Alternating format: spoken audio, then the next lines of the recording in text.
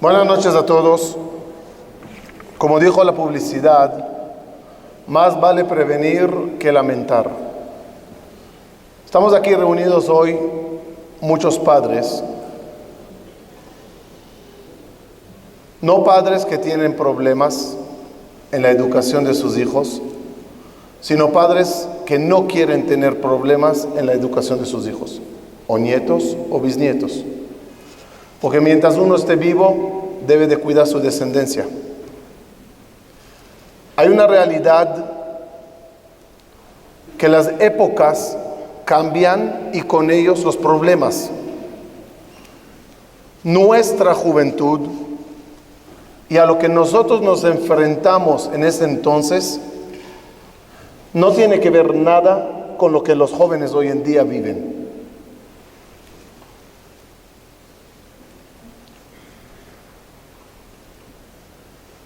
Yo siempre digo que no todos los animales, las especies de animales que Dios creó, existen hasta hoy. Todos sabemos que hay animales, especies de animales, que simplemente se extinguieron.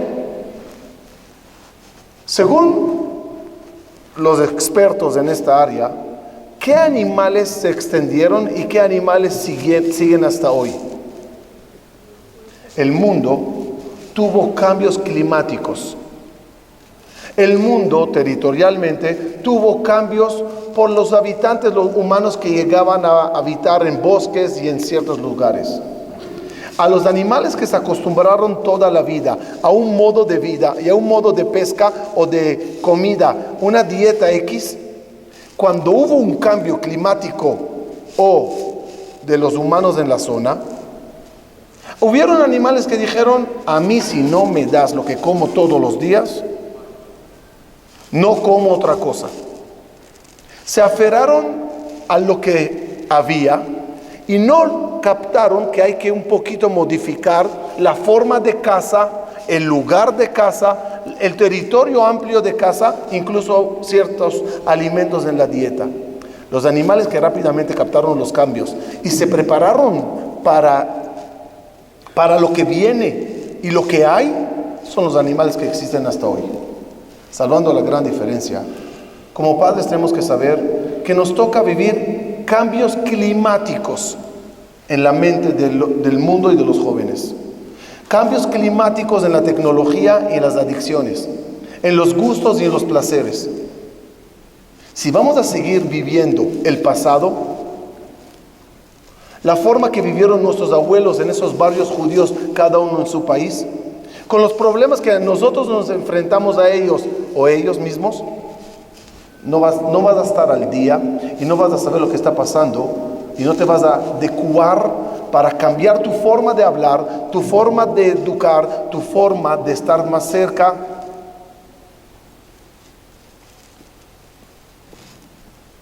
Entonces lo que hay que estar al día es saber qué está pasando en el mundo. Y les digo algo, no cada uno sabe lo que está pasando en el mundo juvenil. Si tienes tu edad como mamá, como padre, ni hablar de abuela y abuelo, no estás al día y no sabes lo que pasa. Y si sabes lo que pasa, es nada más lo superficial, pero la basura real, la cual existe y viene escondida por ellos mismos, no estamos enterados de ella. ¿Quién sí? Gente que dedican su vida a vivir, perdón la expresión, en la basura. Gente que se dedican para conocer qué está pasando en la juventud de hoy en día, en el mundo hoy en día. Estas personas, cuando ya conocen bien las enfermedades, los problemas, las adicciones, los permisos locos que el mundo cada vez da a cosas totalmente prohibidas ayer, vienen y nos dicen: tomen un consejo, eduquen así y no así, abran los ojos aquí y cierren acá. Comuníquense así y no así. Un consejo bueno que lleguen a darte, salvará tu descendencia. Un experto que venga y te diga, así es y así no, puede salvar la vida de todos tus hijos queridos. Vivimos en una comunidad afortunada, donde hay muchas organizaciones que dan servicio a ciertos problemas. Pero siempre es bueno escuchar un consejo más, de gente experta, incluso de afuera, no nada más de adentro. Y aquí se abren espacios en la comunidad a muchas organizaciones que hablen. Pero hay una organización que personalmente me gustó mucho su forma de analizar los problemas y dar consejos. Se llama Amudim y está en Estados Unidos. Se contactó a esa gente y se les pidió, por favor, ustedes, su fuerte es los problemas hoy en día en el sector religioso. Vengan y háblennos en nuestro idioma. En este mundo que quiere combinar entre religión y psicología. No se puede menospreciar las fórmulas de educación o curación que existen en el mundo no judío incluso.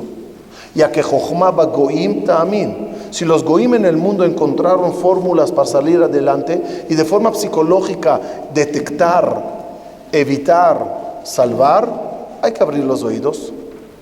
Pero a veces como judío y religioso, quieres escuchar un poco el toquecito de la Torah, dice, la halajá, hay un versículo, dice la Mishnah. Y cuando te combinan entre las dos cosas, dices, sí, clic, me gustó, adecuado a mi problema, adecuado a mi situación. Hoy comenzamos una serie de encuentros que vamos a tener en los siguientes años con gente experta que con favor de Dios vamos a traer para que compartan de su sabiduría con nosotros acá. De forma anónima, quiero agradecer públicamente al donador, perdón la redundancia, anónimo, que hizo posible todo esto. Gracias, que Dios te lo pague con salud y vida larga, porque puede hacer que lo que escuchemos hoy o las próximas veces salvarán un niño, una niña. Que Dios te pague con tu descendencia. Hoy con nosotros está doctor Akiva Perlman, un experto, como ya van a ver, en muchos problemas de adicciones, de educación. El problema de este siglo. ¿Saben qué? El siglo suena muy grande. De este año, de estos años, de esta época, del problema del hoy. Repito, no le trajimos porque hay problemas. Quizás, no se sabe. Pero le trajimos más que todo para evitar problemas. Más vale prevenir que lamentar. Ojalá que este primer encuentro sea de muchos, para que todos tengamos información que nos ayudará a tener formación correcta de nuestros hijos. No quiero alargar porque quiero que él hable y que él explique, pero sí les quiero dar una pequeña bendición. Dios, Hashem, ¿ayuda en la educación de los hijos o no? Hashem, ¿ayuda en la salud de la persona o no? Hashem, ¿ayuda en la parnasá de uno o no? Respuesta: si a ti no te importa tu parnasá y andas quemando tu dinero en Las Vegas o en las maquinitas, a mí no me importa tu parnasá, dice Dios. Si tú andas dañando tu salud, yo no te la voy a cuidar. Yo ayudo al quien está interesado y hace todo su esfuerzo para tenerlo. Yo ayudo al que está preocupado, al que suda por su dinero, yo se lo cuido. Al que suda por su salud, yo se lo cuido. Hagan copy-paste en la educación de los hijos. Si tú te importas por la educación de tus hijos y te duele, y vienes a escuchar consejos, a leer libros, a asesorarte, llamar por teléfono, creo que les pusieron ahí teléfonos para poder tener asesorías. Si tú haces tu lado, Hashem me ayudará. Una cosa estoy seguro, todos los presentes están aquí, solo porque quieren una descendencia maravillosa. Por lo tanto, vayan seguros que con el esfuerzo que nosotros hagamos, Akadosh Baruj Hu nos dará su siatá d'ishmaya y nos llenará de sonrisa de cada descendiente. Muchas gracias. Kodav, conductor.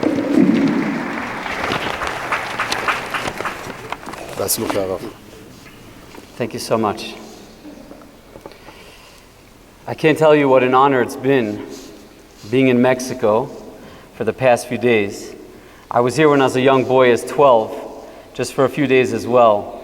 But when you're 12 years old, you really don't get a chance to appreciate what's happening around you. You don't get a chance to notice the beauty that you're surrounded by. And I think the one thing that I noticed about the people, about the community here in Mexico, is a community where everybody feels from the heart. Everybody feels for everybody else, and as a result of that, every building I walked into, every shul, every community center was filled with how could we help other Jews? How could we bring about a sense of comfort for the people, our brothers and sisters who are struggling? And it's one thing coming from America, my home, New York, which I love, it's a beautiful place to live. But when you're in a country where everybody is speaking from the heart and not the brain, there's something about it that I'm really going to miss when I return home. And I hope to bring some of this energy with me once I get back to that place. One thing we need to know is that tonight is going to be a conversation about some really challenging topics. The types of topics that we generally don't get together as a community to speak about. And the primary objective of this evening is to take what is unknown and make it known. Taking something that is hidden and largely not spoken about and giving it a voice.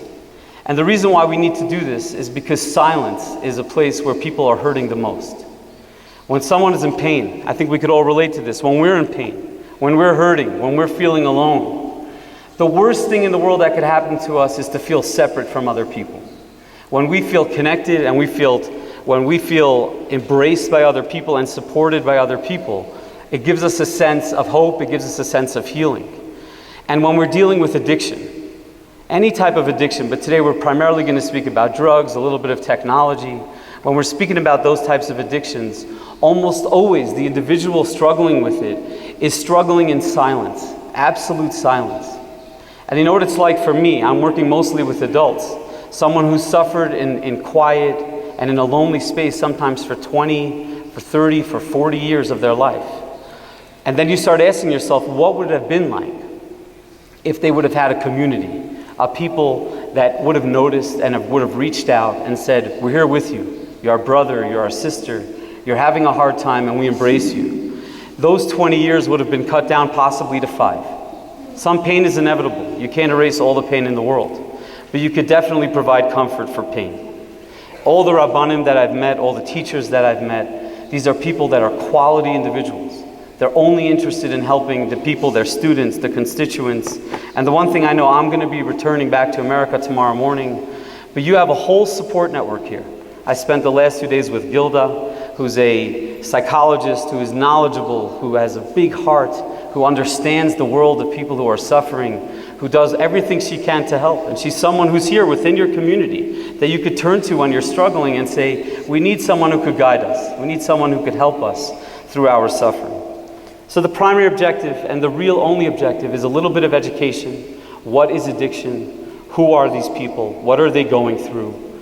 And one thing we need to say right in the beginning, when we think about addiction, and we think about drugs, we think about marijuana, and we think about alcoholism, almost always our immediate reaction is, this is not us.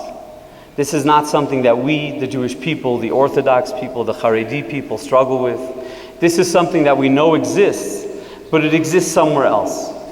And if I could hear and just send that message, addiction is a human problem. And so far as I know, all the Jewish people, like everyone else in the world, we're human. We feel the same way other people feel.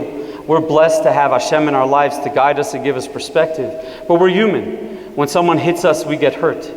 And when someone's in pain, we turn to things that provide us with a sense of comfort. So we want to dispel this idea that the struggle in life is just something that other people struggle with, and realize that it's us. Because it's only when we realize that it's us too that we could actually begin to help people heal. Most often, in these past few days, you speak to some people and they say, it can't be us. There's no way this is us. There's no way it's something that we're struggling with. And I do want to share a little bit about what's going on in America as well, to give you a sense of what it's like, that it really is our nation, our people who are going through a hard time. But then you start talking about who these people are, what addicts are, what they go through, what they experience. And then you start realizing that these are human beings. They're human beings like everybody else. So we want to ease their pain. And I hope and I assume that there are people in this room that suffer and struggle with similar types of issues. And I know that you may have been alone with that for many years, and just know they have a whole community that came out to support you, and they want to learn about who you are and find a way to connect with you and help you heal. Drug addiction. This is a sign that was put out for an organization that I'm connected with, Amudim in America. Drug addiction is something that affects all of us, simply because it's a human problem. It causes devastation, it breaks human beings, but not only that, it ends people's lives. Now, we don't have the numbers of what's going on yet in Mexico, and I assume it's going to take us a few years to get there. But that's our intention, to get to a place of what's really happening. Without that knowledge, we won't be able to help people. But last year in America, just to explain some of the devastation of what addiction does to people, there were 72,000 people in America, Jews and non-Jews alike, who passed away as a direct result of drug addiction. They're dealing with an opiate crisis in that country, and as a result of that, thousands and thousands of people are passing away. And I know that this is hard for me to say, because I right before I spoke, I called the director of the organization of Amudim, and one of the things that we do is we keep track of the people within our community, the Haredi, the Orthodox community, who have passed away as a result of these issues as well. And the number in our past year was close to 300 people. People, now these are individuals, these are mothers, these are fathers, these are students, these are teachers, these are entire lives, entire universes. And this number hopefully is going to start slowing down, and it's going to be something that we get better with. But one thing we need to know is this is not something that simply disappears if you turn a blind eye to it. It doesn't go away. It goes away with acknowledgement, with proper treatment, with guidance from Rabbanim and guidance from the world of psychologists. And it allows us to see things in a different way. One of my jobs that I have is I'm a professor in university, in graduate school, where people are learning to become psychologists. And we have a program there which is beautiful, which is only for Orthodox Jews, men and women. My class looks very much like this. We have a mechitza in the middle, we have women on one side, men on the other side, and we're learning about psychology, Torah-informed psychology. And one of the things that I do with my class is, who are training to become therapists, is ask them, do you have any of your patients who have a history of trauma, a history of severe, severe pain? I think we're all aware of what trauma looks like, how it could affect someone in their lives. And almost always their reaction is not really, not my patients. They don't really have those issues. And then I ask the next question, have you ever asked them about their history of trauma? Have you ever explored it? Have you ever said, have you ever gone through something that's really hard? And they all say no, and I say, I'm presenting a challenge. In the next few weeks, find a way to ask your patients whether or not they've had an issue with trauma. They've had some form of trauma in their life. And always, without fail, over the next couple of weeks, all my students come in and say, 5% of my patients have trauma, 20% of my patients, 50, 60, 70%. They start talking about what they're really going through. And the way I understand that is that people will only share things about their lives that are painful if someone asks them to share. If you ask someone about their lives and you let them know that I could handle it, I'm willing to hear your story, and I could handle the pain, I could handle the darkness, and we could be okay in this journey. If you send that message to somebody, they're willing to listen and they're willing to trust you and start opening up. And that's one of the questions we need to ask ourselves as a community, not just this community, any community. Have we opened that door? Have we asked people that question? Have we truly explored some of these issues that people suffer with for years and years alone? And my assumption is, and I know from my experience, that if we truly open up those doors, number one, people will start healing. People will be grateful, they'll be healthier, they'll be raising healthier, happier children, They'll be more connected to Hashem. It's going to affect them in so many different ways. So addiction is real, it's alive, it's with us because we're humans, and humans go through something. Now the next slide is a video that was put together because I really wanted to illustrate what's happening in our world with our people. It's a video that was put together by my organization Amudim, which is a very orthodox organization that is run by Rabbanim, or very respected, world-renowned Rabbanim, and also world-renowned psychologists. They come together to work as a team. And this is a video that was made by Orthodox people for the Orthodox community. Now I'm going to tell you in advance, it's a little hard to watch. It's hard to watch, number one, because most of us in this room are not familiar with these types of drugs and the devastation that they cause to people's lives. But also it's hard to watch because it's about us, it's our story. It's people that when we see them in a video, we could say that could be my neighbor, that could be my friend, that's someone I daven with in shul. So I'm just letting you know in advance, if you have a hard time with some of these videos, it's a challenging video, even for myself to watch, but it's important for us all to see it.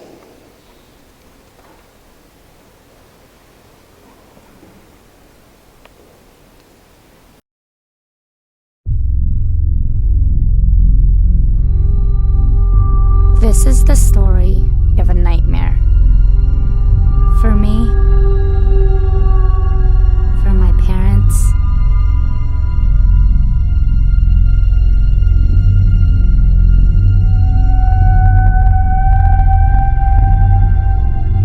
but before that day,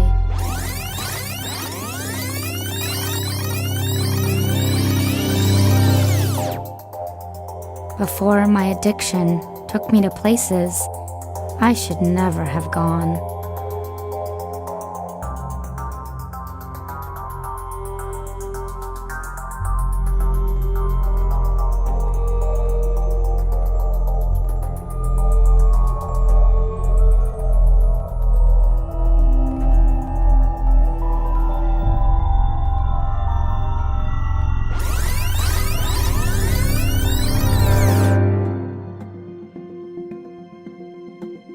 Before I needed drugs to feel alive.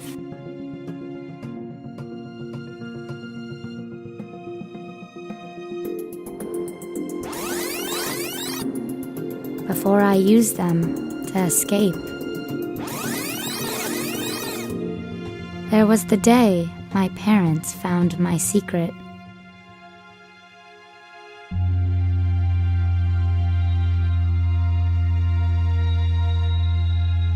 That was the day they had a choice to make one phone call, but they didn't. But what if they did? What if they realized I needed help? What if they realized they needed help? What if they realized that we didn't have to be alone? Amudim would send someone to talk with us and make a plan. Most importantly, they would listen to me. They would get me the help I needed to heal.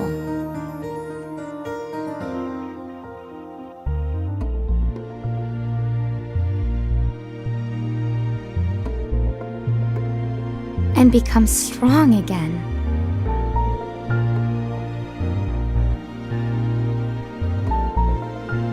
I would rediscover who I was and what I loved.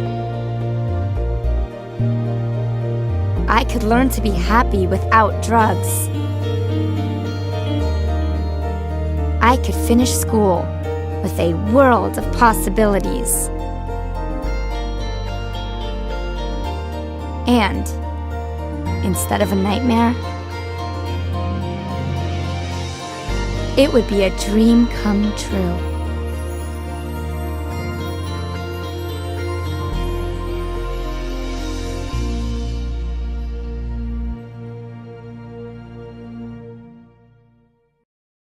Now, while we know that that's a challenging video to watch, I need you to know that it's the reality. This is a story that I've personally witnessed 100 times. The people that I work with themselves have witnessed it 100 times. This is a story, this is our story. This is a human story. And I want to talk a little bit about who these people are. Because I have found that when I understand someone and what they're going through, it gives me, is this working? It gives me an opportunity to reach out to them and feel connected with them. When we start looking at things that it's somewhere else and it's not us, we have no empathy for them. We have no feelings for them. But it's only when we realize that it's people that we love and that we care about who are going through something that we could reach out and help them. And often it's the hardest thing you could ever do, is to reach out and ask for some type of help, and it's something that we need to do. So I want to talk to you a little bit about the people that I've worked with and what they've gone through. This past year, a high school friend of mine, one of my close friends, his name was Chaim. I went to high school with him for 3 years. He overdosed. He passed away. And we were sitting there. There's nothing more painful than being at a funeral that's graveside. The graveside funerals are the ones that are rushed. They're the ones that are shameful. They're the ones that they don't really understand what happened as of yet. They haven't put the pieces together, and the family's in complete shock. And they have no opportunity to prepare for such an event. And we were sitting at his funeral, at a dear friend of ours, who was a beautiful, beautiful man. We're sitting at his funeral, and we were all talking about the things about him that we missed, the things about him that we loved, and it was all a close-knit of friends and his family. We were all there missing him and crying for him. But I remember on my way home after that funeral, I called my wife. And it was a very painful conversation to have with her.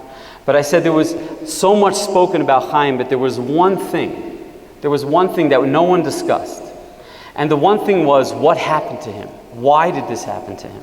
What was Chaim's story?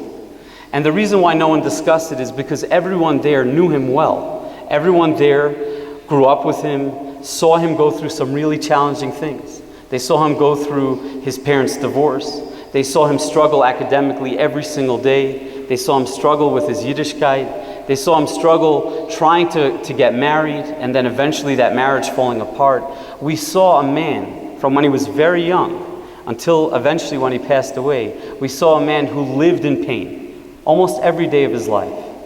So for us who knew someone so closely and our eyes were open and our hearts were open to who he was, the fact that he turned to drugs was something that we all understood.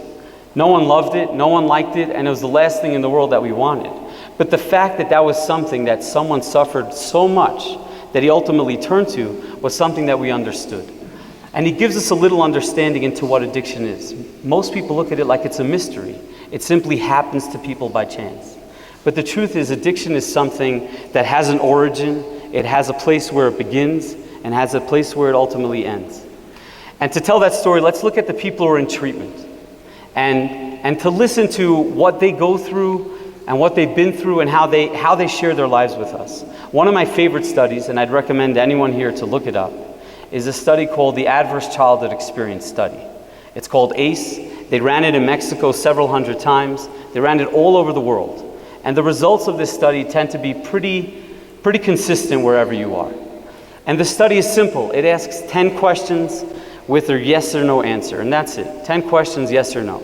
And these questions are all about pain in childhood.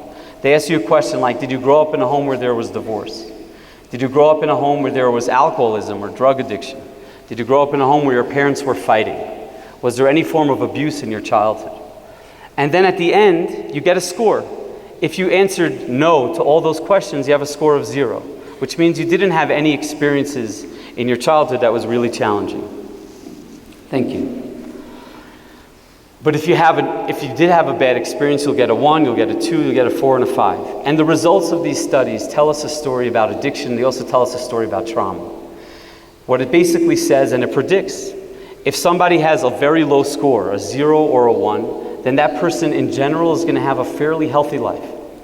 They're going to know how to love, they're going to know how to raise children, they're going to know how to find a job and keep a job.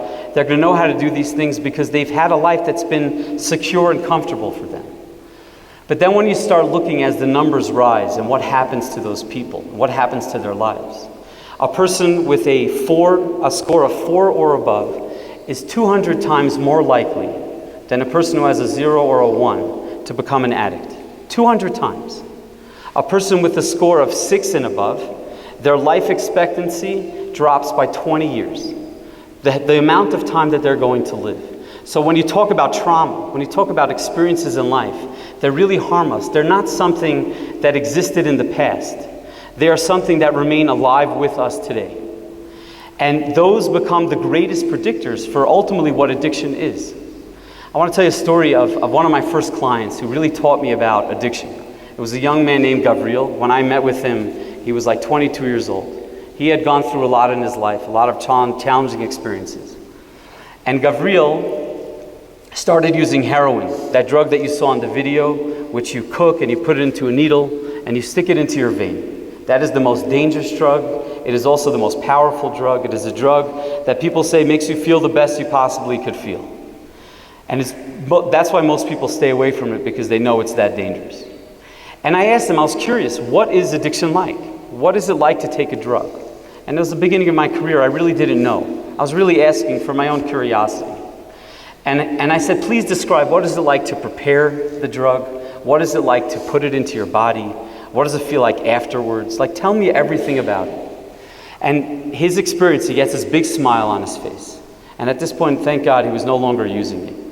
And he said, when I put that drug into my body, what I felt for the first time in my life was a hug. I felt love. I felt as if the world was hugging me. And he taught me something about addiction that has informed almost everything that I do from that day on in my career. It's to understand what drugs actually do for people. We look at people who are doing these things and we say, what's wrong with you? You have a family at home. You have people in your life that care about you, that love you. Why are you destroying all of it? But when you listen to Gabriel's story, his story is telling you that he doesn't know how to feel those things.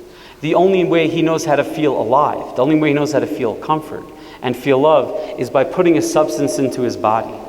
For him, it's air, it's breathing, it's something that's necessary for him. Now, most of us can't understand that.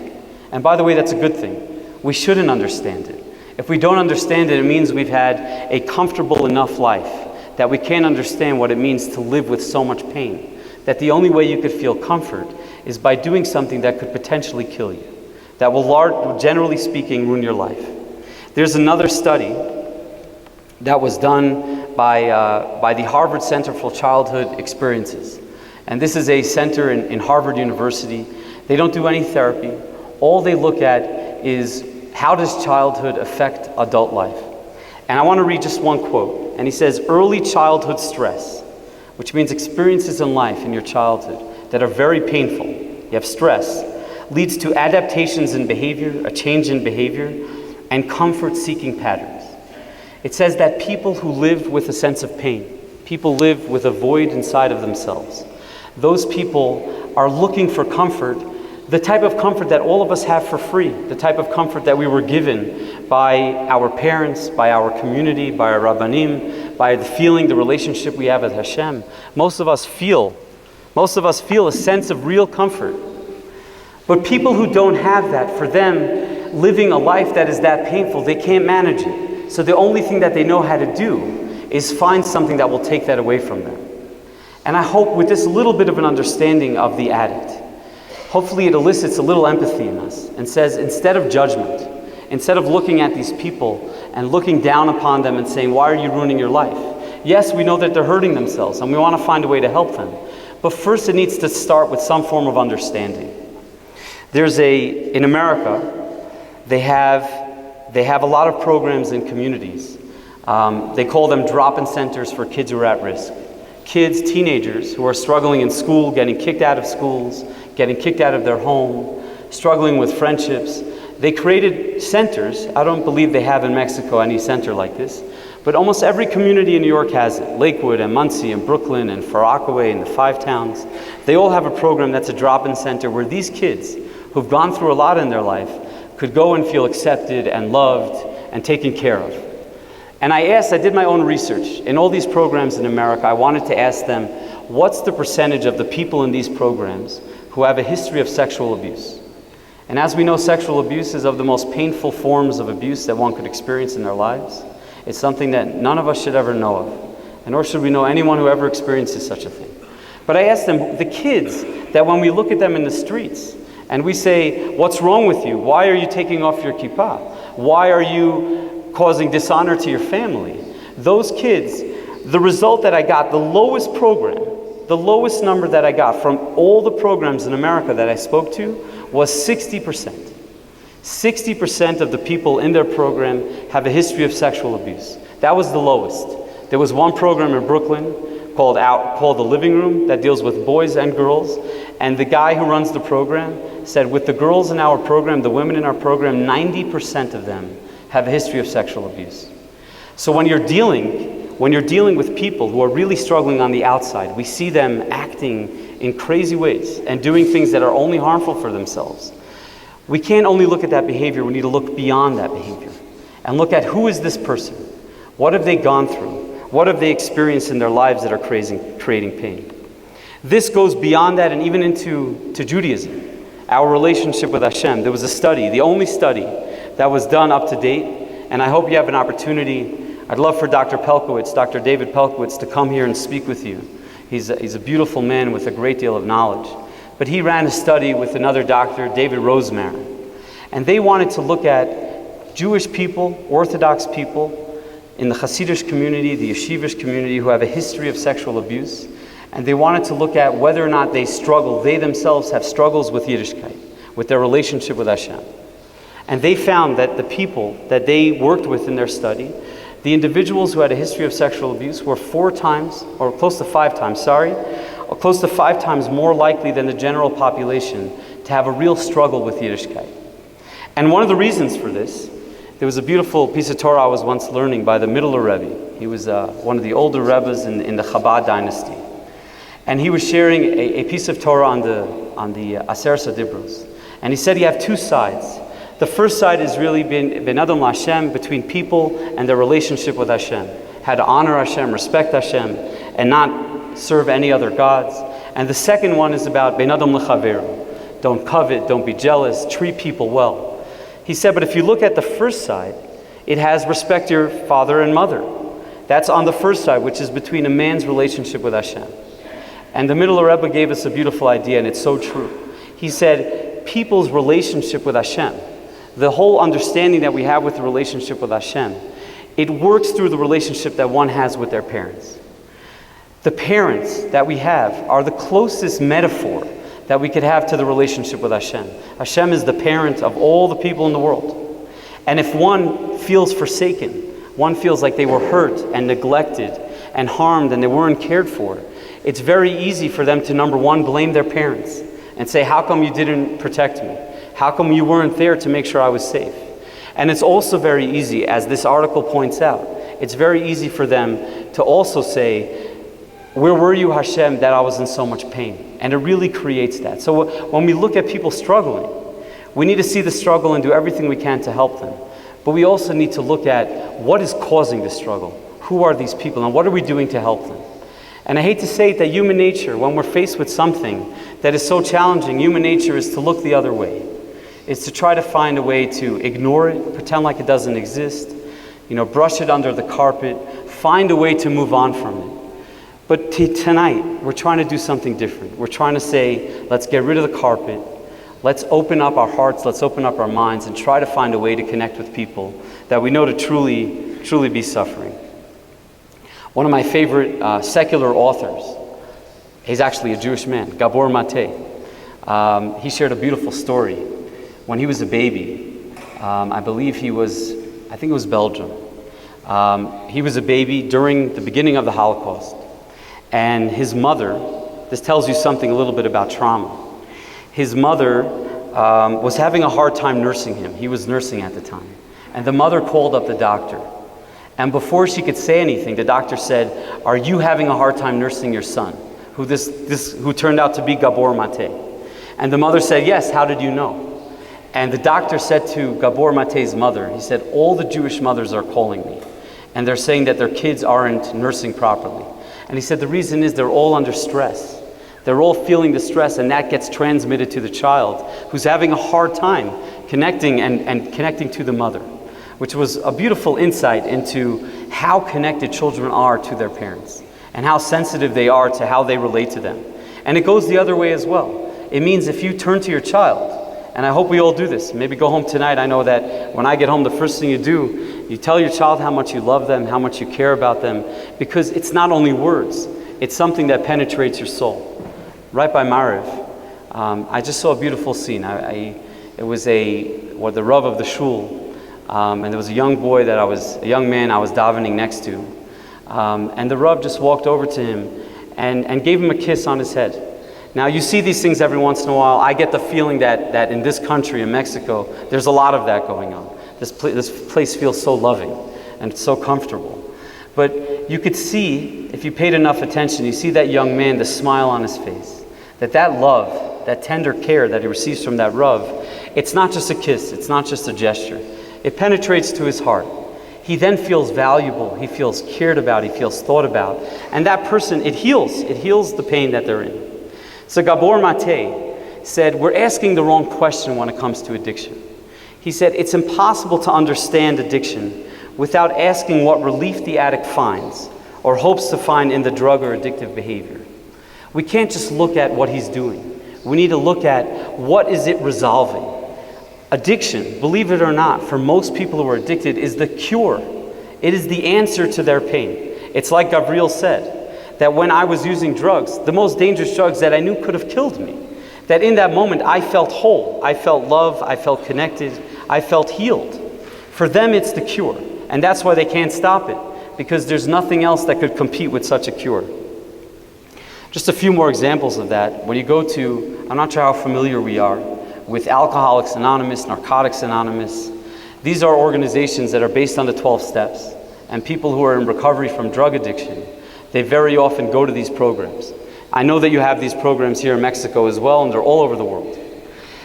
One of the things that they do in the 12 steps meetings is people get up and they share their story. They have what they call a qualifying story. They talk about what they've been through in their lives and how they got better and how they started going into recovery.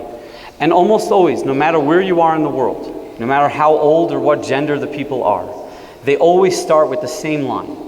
They say, when I was a kid, I didn't feel okay.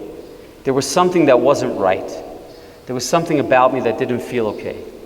And then I discovered something. I discovered alcohol, I discovered a drug, I discovered food, I discovered gambling. And in that moment, a light bulb went in my head and I felt like the whole world got better for me. Everything became comfortable for the first time. It tells you a story that these are people, that this is not arbitrary. It's not something that just happens by chance. The people that are living in the most harmful ways are the people that are suffering the most. And we need to look in that mirror. It's a hard mirror to look at and say, what are we doing? How are we dealing with this? I was in a meeting. I had a patient of mine who was celebrating 2 years of sobriety, 2 years clean. And they have anniversary meetings where they bring their families, they bring their friends, and they celebrate, they get a coin, they share their story.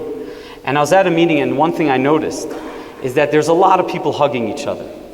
All the people, like the men are hugging the men, the women are hugging the women, everyone's hugging each other at the beginning of the meeting, at the end of the meeting. And I walked over to a man who was an older man in the group. And I said, what's the deal with all the hugging? I said, I love hugging, it's a great thing. But why does everyone hug all the time? And his answer to me put a big smile on his face. And he said, we hug each other because we're making up for all the hugs that we've missed in our life.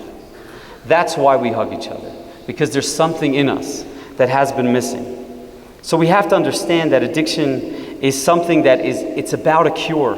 It's about breathing, it's about being alive, it's not about being dead. Most of us look at it and say, well, you're killing yourself. And they're going to respond to us, I'm finally alive for the first time. I now know what it means to be alive. So we need to start asking a question. We need to start asking the question, it's not why the addiction, but why the pain. What exactly is the pain? How do we understand this person? I remember I was giving a speech in Brooklyn, and one of my patients came who was in recovery from addiction. And and I asked him what was it like after, and of course I wanted him to say it was awesome, you did a great job. But all he could reflect on, all he could say at the end was, it felt so comforting to me to see all those people in that room. The fact that people came out in the evening, they're all busy, they're working really hard. The fact that they came out to learn about me. Now they don't know it's me, but the fact that they came out to try to understand who I am and what I'm going through in my life, he said that was a very healing experience for me. So that's kind of addiction. I want to explain who these people are, what they go through. I don't have much more time, I want to spend a little bit of time speaking about the challenges of adolescence. And this is about education, and this is about raising adolescents.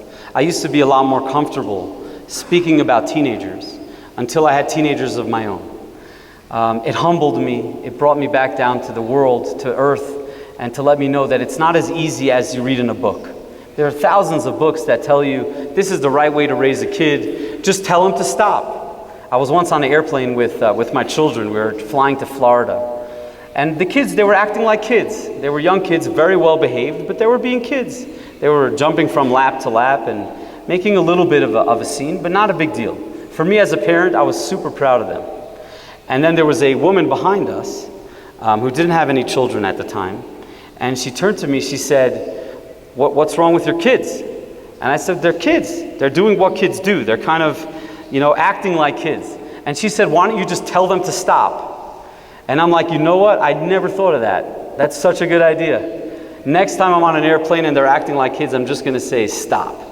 But I think beforehand, when you read the psychology books, they have a script. They tell you what it is and how easy it is to raise adolescents. And it's been really nice for me as a therapist who's speaking about these issues to be humbled, to realize that trying to raise an adolescent is something that's challenging for all of us.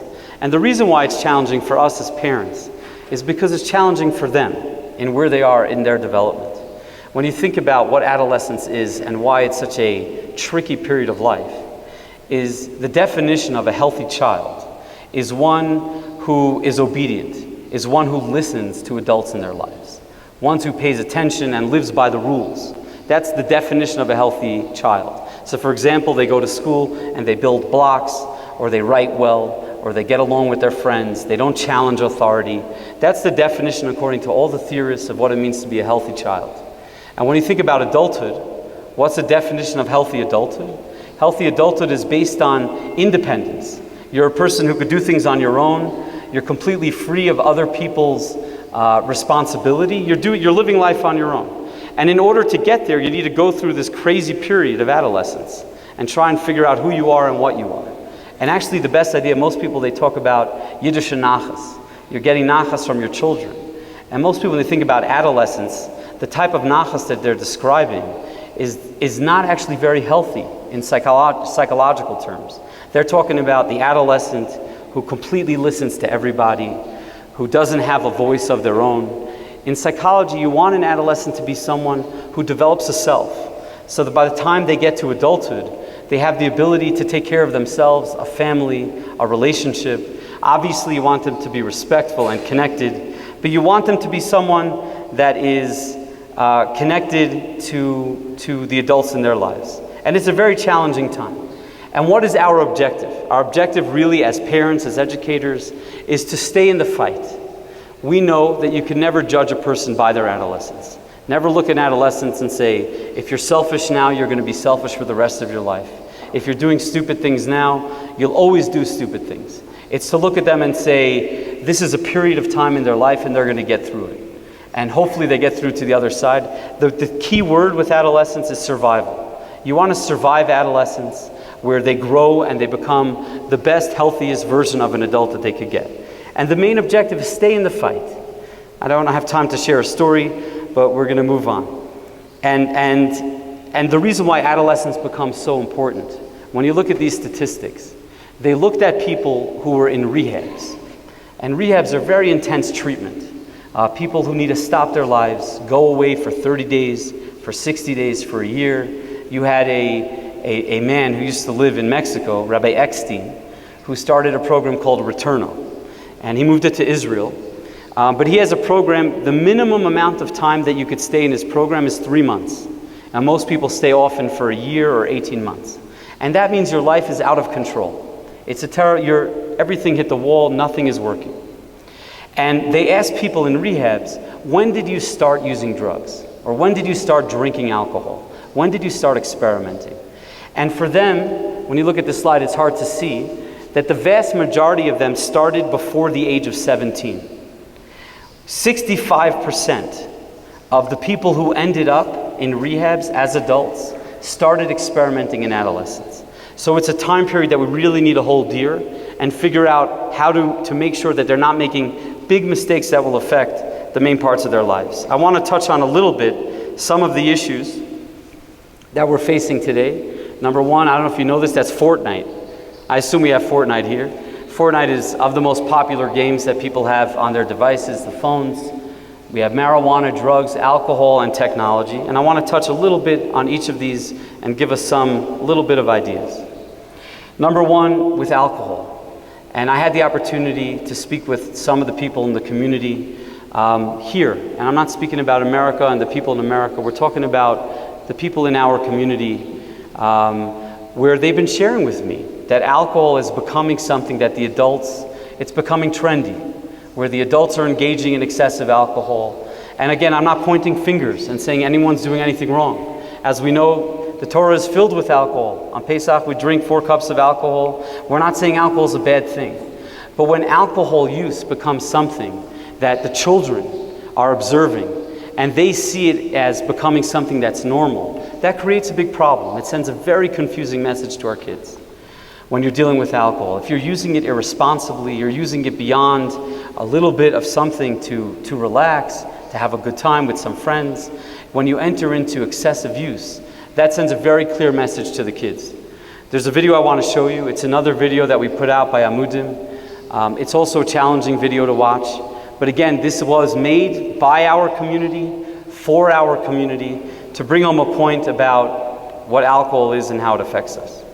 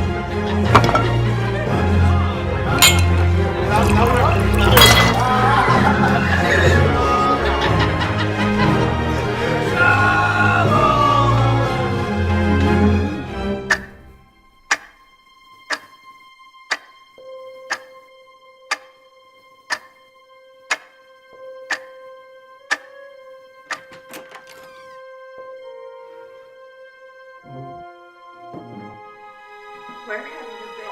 Hours later. This is not okay. We're not by you. Where's Julie? Julie, come home.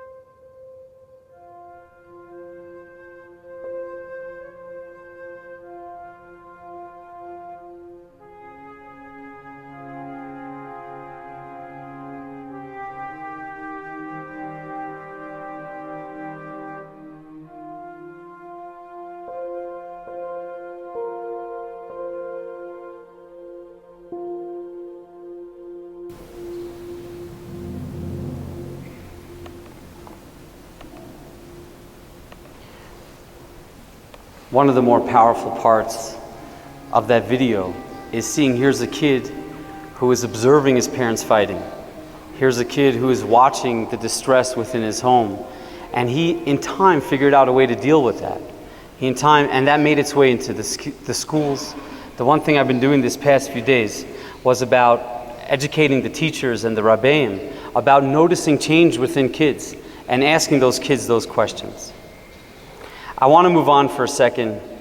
I just have a few more minutes. I want to speak a little bit about technology and a concept. It's probably the hardest topic to speak about technology, because when we talk about these things, most often we speak about the kids. And we say our kids are on their phone all day, our kids are on their iPad all day, or they're disappearing and doing other things. And the truth is, it's a universal problem. It's an adult problem the same way it's a kid problem. The statistics aren't very different. There's a psychologist, a renowned psychologist named Carl Rogers, and he spoke about this idea. He said it's more about being than it is about doing. The idea of being present with our families, which is a hard thing to do, because again, we all have life and we all have our own stress. But modeling behavior, just like with alcohol, modeling moderation, and showing our kids that we're capable of putting things down and being present with our families, which is a hard thing to do. It's a hard thing to do, but for people who have some type of void within them, they're going to turn to this in an excessive way, which is becoming more and more of a problem. I don't think we realize as of yet what this is doing. We don't have enough data yet. What is this doing to our brains? On average now, every single year, the amount of time that kids spend on their devices in every given day, every single year it goes up an hour and a half a day. So back 10 years ago, it was a couple of hours a day. And at this point, the average is around 8 hours a day. That's the amount of time that people are spending. That's universally spending online. And I wish I could say those numbers are very different within our community. I did my own research and the numbers aren't very different. And obviously there are some communities that are more strict with these devices, but as a whole, we have an issue. And again, the focus is much more about being present. And I want to speak, there was one study I just need to share. It's an amazing study, and it speaks about men more so than it speaks about women. They wanted to figure out, how do people deal with boredom? How do people sit in a room without a device? What are they going to do? So they took men and they took women, and they said, we're going to pay you however much money it was, $20, and we want you to sit in an empty room for 2 hours.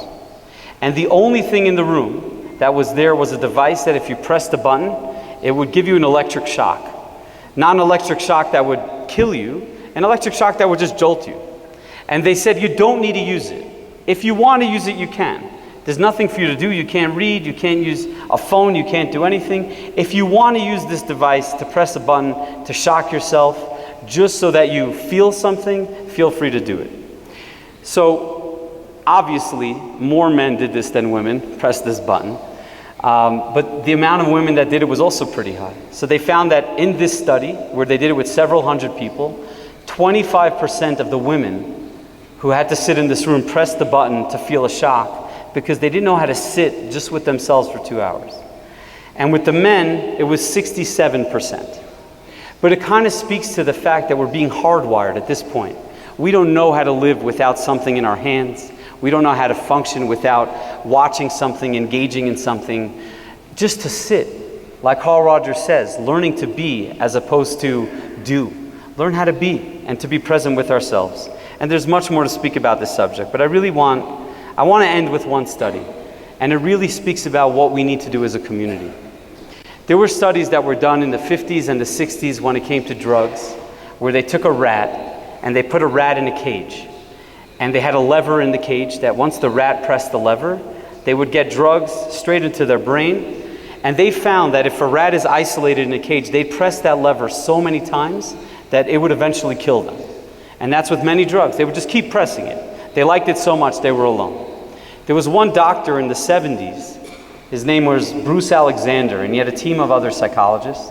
They got together and they said, what if we take these rats and we take them out of a cage of being alone and we build a whole town for them? We build a community for the rats. And they called it Rat Park. Now, one thing I just need to say in advance, we all know that we're human beings, we don't act like rats, but the study tells us something about connection. And he said, what's going to happen if you give them a community together where they're rats in a big cage, but they could talk to each other, they could communicate, they could play with each other, and we're going to put the same levers with the same drugs inside that cage. And what they found in their study is that when they went into a park, none of the rats killed themselves. When there's an opportunity for one to connect with another, you're not alone, you're not isolated, you're not in that pain. You don't have a need to press that lever so many times that it's eventually going to kill you. And when you talk about addiction for most people is isolated, it's in a cage, it's alone. There's no one near you, there's no one who understands you, there's no one connected with you. And those are the people who keep pressing the lever. Those are the people who say, I don't have anything in my life that's really worthwhile. But when you take that person and you show him this, and you show him a community, and you say, you're not alone. You have people that are at night willing to come out to listen to your story. You're not alone. There are people who are willing to listen. There are people who are willing to acknowledge that these issues exist within our community. Then we change the dynamic. It's no longer isolated people, because isolation kills, and it becomes something we're all connected as a group. The hardest thing to do in addiction is to reach out to people and let people know, because everyone looks at that family and they say, oh, they have a kid who went to rehab. They had a kid who's going to therapy. In that world, people would rather stick their kid into a cage than feel the shame of the isolation from a community. It's our job as a community to let everybody know we could handle it. We could handle you. We could hear your story. We could listen to what you're going through. And we're not going to evaluate and judge you and diminish you and turn you into someone who needs to take your suffering and isolate it into a cage. And that's what we're doing today. It's a beautiful thing to see. I want you, as an outsider, to come in and see a group of people come together to support one another with an issue that they don't really understand. Is a beautiful thing to observe. And I just hope, and I give us a bracha to all of us, myself included, that we become a community filled with connection, filled with love and support for one another, and it will certainly diminish all of our suffering. Thank you very much.